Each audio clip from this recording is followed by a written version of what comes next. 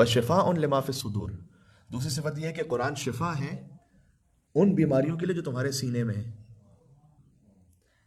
معمولاً ہم قرآن سے شفا حاصل کرنا چاہتے ہیں اپنی جسمانی بیماریوں کے لیے، وہ بھی درست ہے، اس میں انکار نہیں ہے اس سے۔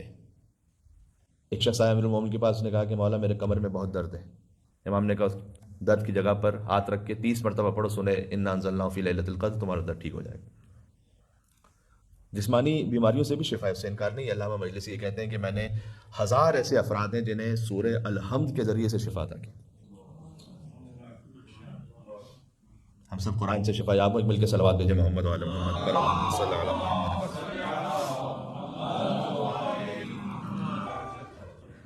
لیکن اس آیت میں جو اللہ سبحانہ وتعالیٰ نے کہا شفاء لما فی الصدور، ان بیماریوں سے شفا ہے جو تمہارے سینوں کے اندر ہے، تو یہاں اشارہ ہے روحانی بیماریوں کی طرف۔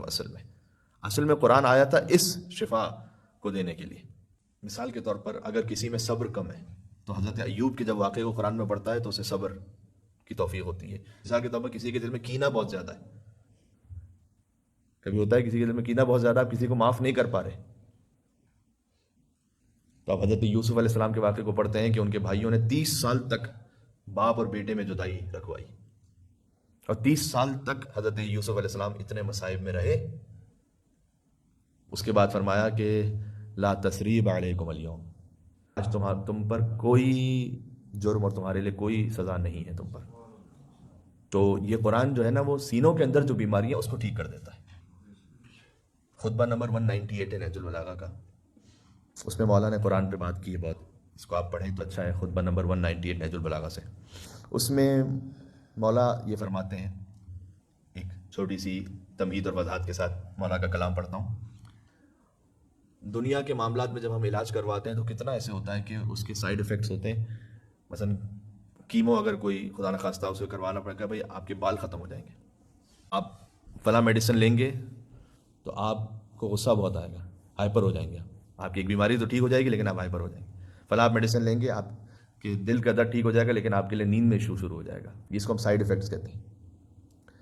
مولا کہتے ہیں خطبہ نمبر 198 نہج البلاغہ میں، شفاء لا تخشى اسقام، قرآن ایک ایسی شفا ہے کہ جس کا کوئی سائیڈ ایفیکٹ نہیں ہے۔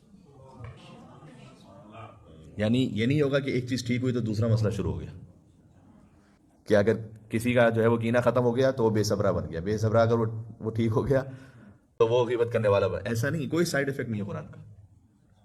شفاء لا تخشى اسقام، امام نے فرمایا لا تخشى کا لفظ ہے یہاں پر، فرمایا کہ ایسی شفا ہے کہ تم نہ ڈرو کہ تمہیں کوئی اور بیماری لگے گی۔ تو مولا یہ شفا ہے، یہ کن چیزوں سے شفا دے گا؟ یہ جو نا شفاء لما فی الصدور کی تشریح ہے، یہ جو سینوں کے اندر مرض ہوتے ہیں، یہ کون سے مرض ایسے ہیں کہ جس سے قرآن شفا دے گا؟ تو مولا نے کہا فإن فی شفاء من اکبر الداء، جو سب سے بڑے مرض ہیں نا ان سے قرآن شفا دے گا، وہ 4 ہیں: الکفر والنفاق والغی والضلال۔ کفر، نفاق، شک، گمراہی، یہ 4 چیزیں دور کر دے گا قرآن۔ قرآن کی عظمتوں پر ایک مل کے صلوات بھیجے محمد و علی محمد صلی اللہ علیہ وسلم۔